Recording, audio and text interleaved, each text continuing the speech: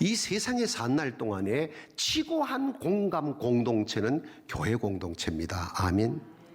교회만큼 공감할 수 있는 곳이 없어. 이건 혈연이 아니야. 지연도 아니고 학연도 아니야. 남과 남이 만나서 살아가는 공동체라 하지만은 부부도 일생을 속된 말로 한 이불 속에 평생을 사는데 싸울 날도 있고 삐칠 날도 있고 시끄러울 때도 있지만은 여전히 부부의 싸움은 칼로 물베기라고, 또 아침이 되어지면 또 일어나서 밥하고 같이 웃고.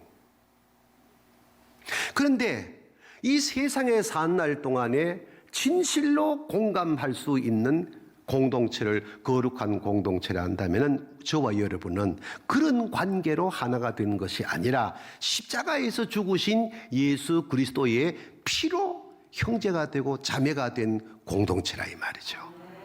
아멘. 이것을 정말 아멘 하면은 우리는 교회 생활을 통하여 말 한마디 하지 아니해도 느낌을 가지고서 아픔도 즐거움도 고통도 기쁨도 공감하게 될 줄로 믿습니다. 이게 교회라는 거예요. 돌아가서 우리 교회가 왜 좋은 교회로 소문났냐? 물론 시끄러운 때가 없잖아, 있었지요. 그러나 그거는 잠깐 부는 바람일 뿐이에요. 뿌리가 깊은 나무는 어떤 폭풍이 지나가도 뽑히지 않는 거예요. 포항중앙교회는 말씀의 뿌리가 깊은 교회예요. 태산 같은 어려운 문제가 와도 끄떡하지 않아요. 이게 무슨 말인가 하면은 뿌리가 깊은 나무일수록 흔들리지만은 제자리에 있는 것처럼 우리 교회가 좋은 교회라는 것은 말씀이 우리 안에 거하기 때문인 줄로 믿습니다. 어느 때나 어려운 문제가 없는 건 아니야. 그러나 어려울 때에 답을 찾는데 보편적으로 우리가 이 머리를 써서 답을 얻고 경험을 통해서 답을 얻고 내가 갖고 있는 어떤 실력을 능력을 통해 답을 얻으려고 하지만은 살아오신 여러분들의 삶을 한번 멈춰 돌아보세요. 그런 것들로 답을 얻을 길이 있습니까? 저는 없습니다. 정답은 말씀 안에 있는 거예요. 아멘. 말씀이 답이 되어야 되는 거예요. 이것이 66권이 가르치는 메시지고 우리 삶의 선배들이 우리에게 보여준 역사라는 말이에요. 그럼 오늘 제가 먼저 여러분에게 두 곳의 말씀을 먼저 소개하려고 하는데, 먼저 출애굽기 14장 13절과 14절을 같이 한번 읽어보겠습니다. 시작. 모세가 백성에게 이르되 너희는 두려워하지 말고 가만히 서서 여호와께서 오늘 너희를 위하여 행하시는 구원을 보라. 너희가 오늘 본 애굽 사람을 영원히 다시 보지 아니하리라. 여호와께서 너희를 위하여 싸우시리니 너희는 가만히 있을지니라. 이거 중요한 말씀입니다. 홍해라는 문제가 앞에 딱 놓인 거야. 모세의 능력으로 건널 수 있어? 안 돼. 이스라엘 60만이 건널 수 있는 능력이 있어? 안 돼. 답을 미리 제시해 주는 거예요. 하나님이 가라사대 너희는 가만히 있을지어다. 아멘. 말씀이 온 거야. 말씀이 왔는데 가만히 있지 아니하고 내 방식으로 접근하게 되어지면 홍해 건너지 못하는데, 모세를 비롯하여 모든 회중들이 말씀이 왔을 때에 말씀에 순종하여 가만히 있고 말씀대로 행하니까 홍해가 갈라지고 육지처럼 건너게 된 줄로 믿습니다. 이게 66권을 가름하는 맥이에요. 이게 말씀이 와야 답이 온다는 거예요. 아멘.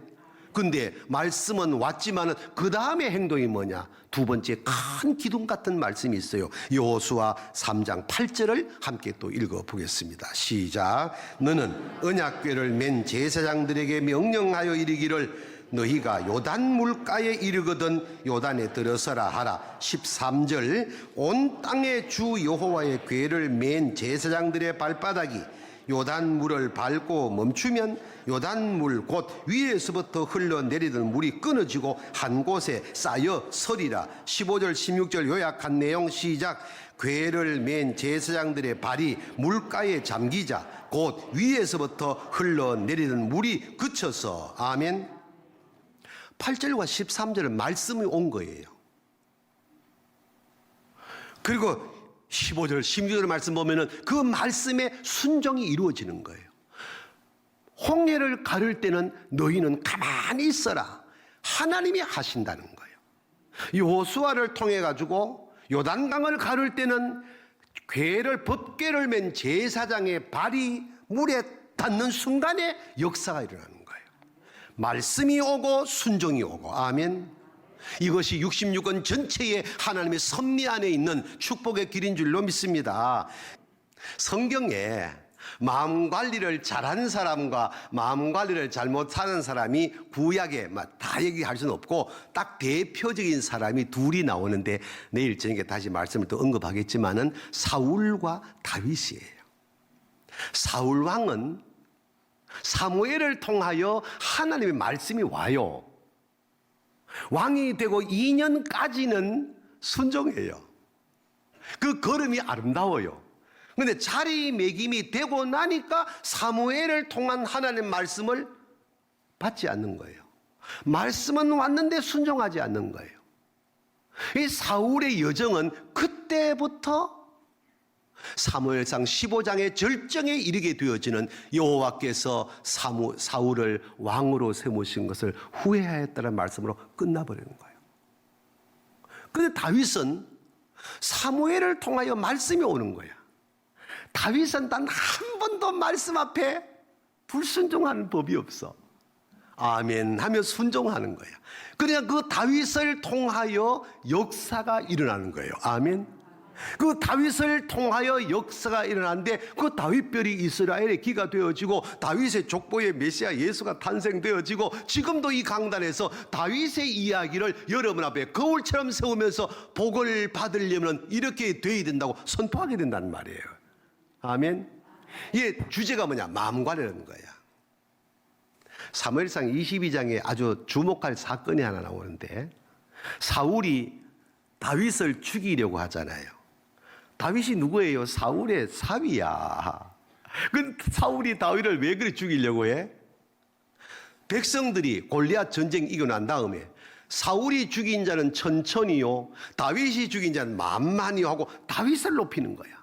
그래서 사울이 마음 관리가 안 되는 거야.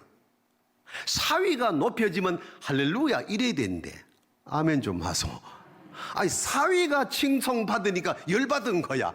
열받으니까 내 강den상에 이 말 미안한데 내 사울의 마음으로 돌아가서 할게. 다윗을 보고 저 새끼만 없으면은 내가 백성들한테 칭송받을 텐데 라는 마음이 드는 거야. 누구나 그렇대. 근데 이때 사울이 마음 관리를 못한 거야. 못하니까 어떻게? 다윗을 죽이는 거야. 얼마나? 10년이 넘도록. 한 번은 3,000명 군사를 풀어가지고 다윗을 죽이려고 하지만은 하나님이 지키면 손 못 댑니다. 아멘. 누구도 손댈 수 없습니다. 10년 동안 다윗을 죽이려고 하지만은 하나님이 다윗을 붙들고 있는 거야. 결과 어떻게 돼요? 한 번은 놉 땅으로 피언을 한대 다윗이. 놉 땅의 제사장들과 주민들이 다윗 일행을 지극히 영접하는 거야. 그때 다윗을 영접하고 다윗을 도와주면은 사울에게 찍혀서 도살되는 거야. 죽는 거야. 근데 놉 땅의 제사장들과 주민들이 다윗이 피난길을 가는데 우리 마을로 온다는 얘기를 듣고 지극정성으로 섬기고 예물 드리고 먹을 것 드리고 살폈단 말이야. 요때 도액이라는 사람인데 어느 단체나 이런 사람 하나가 둘이 있대. 도액이 사울에게 신고를 하는 거야. 놉 땅의 제사장들이 다윗을 섬겼더라. 사울이 보고를 받고 열받은 거야. 당장 놉 땅의 제사장들을 전부 죽여버리라 그랬어. 근데 모든 백성들이, 신하들이 제사장을 손대면은 하나님을 손대는 거 똑같으니까 전부 두려워서 나서지를 아니하니까 사울이 도액을 보고 내 이름으로 명하노니 네가 이 일을 행하라 하여 도액이 가서 사울의 왕의 이름으로 85명 제사장을 죽이는 거예요. 처절한 일이 벌어지는 거예요. 이때 아히멜렉 제사장의 아들 아비아달이 겨우 도망을 해서 살아나가지고 어디가 다윗에게 가서 이 상황을 보고를 하는 거예요. 이때 다윗이 그 자리에 엎어져 통곡하며 내 탓이로다, 내 탓이로다, 내 탓이로다. 이게 다윗의 애티튜드, 마음 관리예요. 따라합시다. 내 탓이로다. 이 다윗의 고백한 이 마음 관리가 있는 가정이나 기업이나 공동체나 정치 현장은 백성들이 행복합니다. 그러나 너 탓이라고 하는 순간에 모든 것은 다 벌판이 되는 겁니다. 어디 이뿐입니까? 사무엘상 17장에 다윗이 골리앗을 이기는 사건이 나오잖아. 이러면 다윗은 백성들이 뭘 합니까? 다윗이 죽인 자는 만만이요 사울이 죽인 천천이면 다윗이 우쭐하고 포음 잡을 수 있는데 어디를 찾아봐도 원문을 찾아도 다윗이 어깨를 목을 마음을 높인 곳이 한 군데도 없어. 하나님이 하셨다는 거예요. 이 마음 관리가 되니까 잘 때어도 교만하지 아니하고 높은 자리 가도 교만하지 아니한다는 거예요. 어디 그뿐이에요? 사무엘상 22장 내려오게 되어져요. 다윗이 사울의 칼날을 피하여 도망을 가 엔게디 골짜기에 숨었어.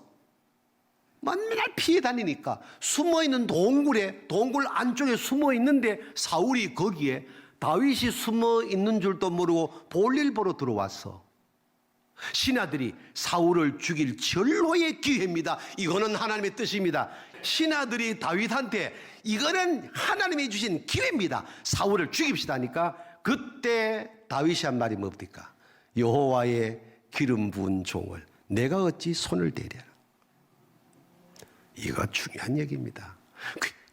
그리고 볼일 보는 사울의 옷자락만 살짝 잘라가지고 있다가 사울이 나간 다음에 뒤따라가서 왕이여 아버지여 왜 그렇게 나를 괴롭힙니까? 왜 그래 나를 죽이려고 합니까? 나를 왜 이렇게 힘들게 합니까? 아니가 내가 왕을 죽일 수도 있었사오나 여호와의 기름 부은 종인데 내가 어떻게 하오리까? 이거 보십시오. 옷자락이 여기 있습니다. 사울이 따보니 정신이 번쩍 들거든.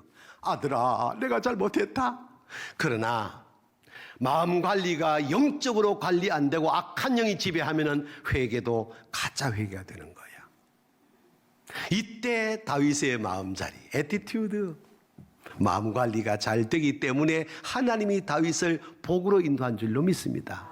사무엘하 16장 아들 압살롬이 배반하여 감람산을 향하여 기드론 시냇가를 죄인된 모습으로 머리 풀어 다 얼굴 가리고 신발도 미처 신지 못하고 엉엉 울면서 직원들과 도망을 가는 거야. 도망가는 상황의 설상가상으로 하찮은 신하 시므이가 따라오면서 돌 던지고 모래 뿌리고 악담하고 저주하고 아이고 네가 왕이가 꼴 좋다. 아이고 옛날에 잘 나갔지. 이게 네가 왕이가 아니 한 번쯤 하고 그냥 멈추면 얼마나 좋으노. 계속 따라오면서 그러는 거라. 다윗은 이걸 들었는지 못 들었는지 그냥 계속 울고 가는 거야. 수비대장 아비새 장군이 다윗을 호위하고 가면서 똑같이 말 듣잖아.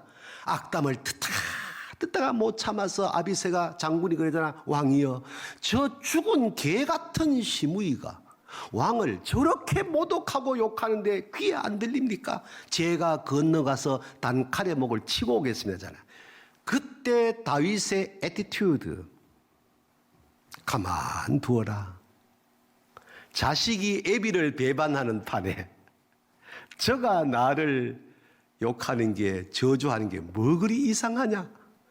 그 다음 말입니다. 내가 원통하면은 하나님이 갚으시리라. 이게 무서운 말입니다. 이게 누구나 사람은 보편적으로 이 상황에 당장 끝내라 할 수 있는 상황이고 시므이 같은 존재는 낙엽만큼 못한 존재지만은 다윗은 아니야. 가만 두어라. 내가 원통하면 여호와께서 갚으시리라. 그 이후의 역사가 전개 어디 됩니까? 시므이는 성경 66권에 가장 저주받은 존재가 됩니다. 무서운 얘기입니다. 사람은 손보는 게 한계가 있지만은 하나님이 손보면 허리 부러집니다. 우리가 하나님 앞에 다 실수하고 허물 많고 죄인들이지만은 하나님 앞에는 손봄이 없는 축복받은 자리에 있기를 축원합니다. 열왕기상 18장 19장 얘기를 정리할게. 18장은 엘리야가 바알과 아세라 선지자 850명과 기도 대결하여 여호와가 하나님이냐 바알이 하나님이냐 대결하여 누가 이겼대? 엘리야가 이겼죠? 모르나? 이겼어. 자, 껑충 뛰어넘어가서 지금 엘리야의 위치는 자리매김은 천상천하의 일인자야. 왜? 엘리야의 기도로 바알과 아세라 선지자 850을 이기고 도륙을 다 해버렸단 말이야. 아하방도 꼼짝 못하는 거야. 그리고 19장을 넘어오거든. 19장에 딱 오니까 앞도 뒤도 없이 이세벨의 조언을 받은 아합이 정신을 돌아가지고 엘리야를 죽이려고 뒤쫓아오는 거야. 엘리야가 도망을 가고 가다 로뎀나무 앞에 쓰러져서 갈 데가 없어. 지쳐 죽기 일보 직전인데 홀리터치 여호와의 사자가 임재하셔서 어루만지는 거야. 엘리야야 일어나라. 네가 가야 할 길이 있다. 할 일이 있다. 일어나라. 눈을 떠보니까 머리맡에 숯불에 구운 고기와 음식물이 있는 거야. 먹고 기력을 회복한다 싶으면 또 질사. 일어나라. 가야 된다. 할 일이 있다. 그래서 엘리야가 다시 일어나서 호렙에 가서 제2의 사명을 하게 되는 거예요. 18장과 19장이 왜 성경 말씀 센터인지. 저와 여러분이 오늘을 살아가는 삶의 내용을 미리 하나님은 열왕기상 18장과 19장을 통하여 보여주신 줄로 믿으시길 바랍니다. 누구나 18장의 엘리야의 자리에 이를 때가 있습니다. 그럴 때 엘리야가 내가라는 것이 몸 전체에 굳어버립니다. 그런데 하나님은 네가 아니다. 내가 한 것이다라는 것을 역사에 남기기 위하여 19장에서 엘리야를 기억하시기 바랍니다. 18장과 19장의 교훈은 무서운 교훈이에요. 여러분도 저도 우리 교회도 앞으로 엄청난 복을 받을 줄로 믿습니다. 우리 교회는 지금요 이 코로나 시대에 이렇게 예배가 진행되는 교회 1년 내내 전국교회를 다니지만 이렇게 아름답게 예배가 진행되는 교회가 많지 않습니다. 정말입니다. 앞으로 우리 교회는 코로나 끝나면은 역사가 일어날 줄로 믿습니다. 엄청 들어와도 복받고 나가도 복받고 정말 우리 아이들이 다음 세대에 꿈을 꾸고 그 꿈을 성취하는 교회 될 줄로 믿습니다. 저는 본 환상이 있어요. 이것이 우리 교회 기본 틀입니다. 이러할 때에 열왕기상 18장과 19장을 잊으면 안 돼. 내가 했다 아니야. 하나님이 하시는 거야. 내가 이렇게 하여 아니야. 하나님이 하시는 거야. 이걸 잊어버리면 안 된다는 것을 열왕기상 18장과 19장을 통해서 그림처럼 보여준 거예요. 하나만 더. 여호수아 6장 여리고 성이 무너져. 그야말로 장관 같은 일이 벌어진 거예요. 근데 여호수아 7장에 뭐가 나타납니까? 아이성 사건이 이어져. 6장에서는 난공불락의 여리고 성을 무너뜨렸어. 그리고 7장 넘어오니까 여리고 성과는 비교가 안 되는 조그만 아이성이 있어. 백성들이 여호수아에게 뭘 합니까? 여리고 성도 무너뜨렸는데 저까지 아이성은 우리 다 올라갈 거 없습니다. 2,3,000명만 올라가도 됩니다 이러잖아. 여호수아가 깜빡해버린 거야. 6장의 사건은 하나님이 하신 건데. 아멘. 계산하여 저 작은 성은 3,000명만 올려, 3,000명만 군사 올려보내서 36명이 죽고 대패해버리고 말았어. 6장과 7장을 잊으면 안 돼. 내가 하는 것은 없어요. 하나님이 하신 거예요. 보십시오. 우리 교회 주보 뒤에 8개 건물이 있어. 96년 8월 17일 날 자갈밭 우리 마당에 내가 짐을 풀었어. 거기 서서 딱 3분 기도한 날이 있었어요. 그리고 20년 지나 2014년 10월 9일 날 제가 마무리 일했어. 20년 동안 무슨 일이 있었겠어요? 제가 입을 한번 띄웁니까?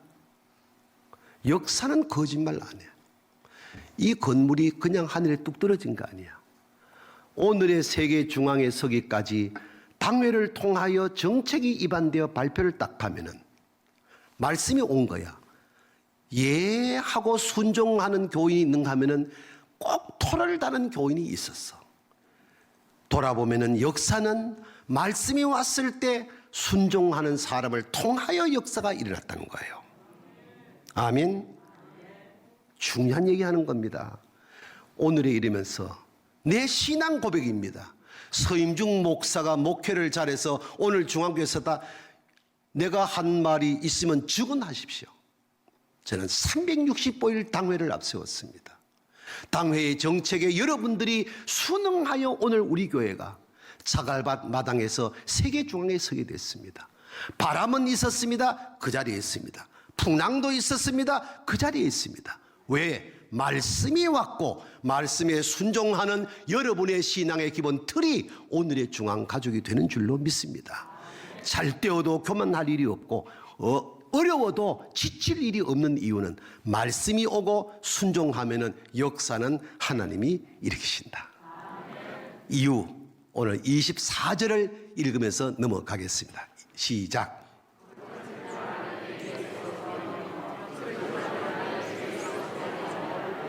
아멘. 1년 내내 전국을 다니지만 어디든지 말이 교회를 세우기도 하고 교회를 무너뜨리기도 하는 거예요.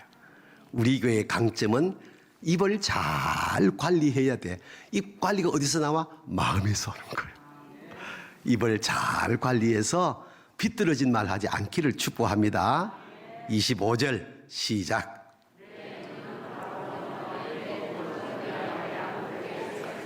어떻게 보느냐는 거야. 좋게 보면 다 좋은 거야. 믿게 보면 다 미운 거야. 우리 교회의 특징은 예수의 눈으로 모든 걸 보는 거예요. 할렐루야. 26절 시작.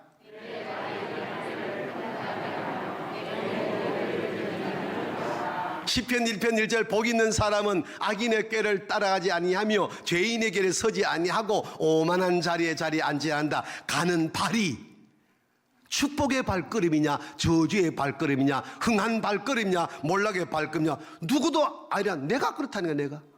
내가 내 발을 잘 관리하여 옳은 길로 바른 길로 축복의 길로 가기를 바랍니다. 그 중심이 어디 있어? 마음에 있다는 거예요. 27절 시작.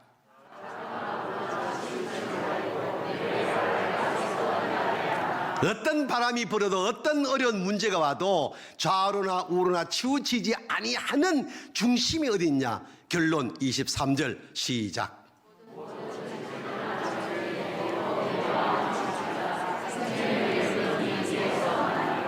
아멘. 부디 내 언제 살아가지고 다시 오는 날 되거들랑 이걸 다시 확인하겠지만은 부디 마음 관리 잘 하셔서 축복의 날들을 엮으시기를 주의 이름으로 축원합니다.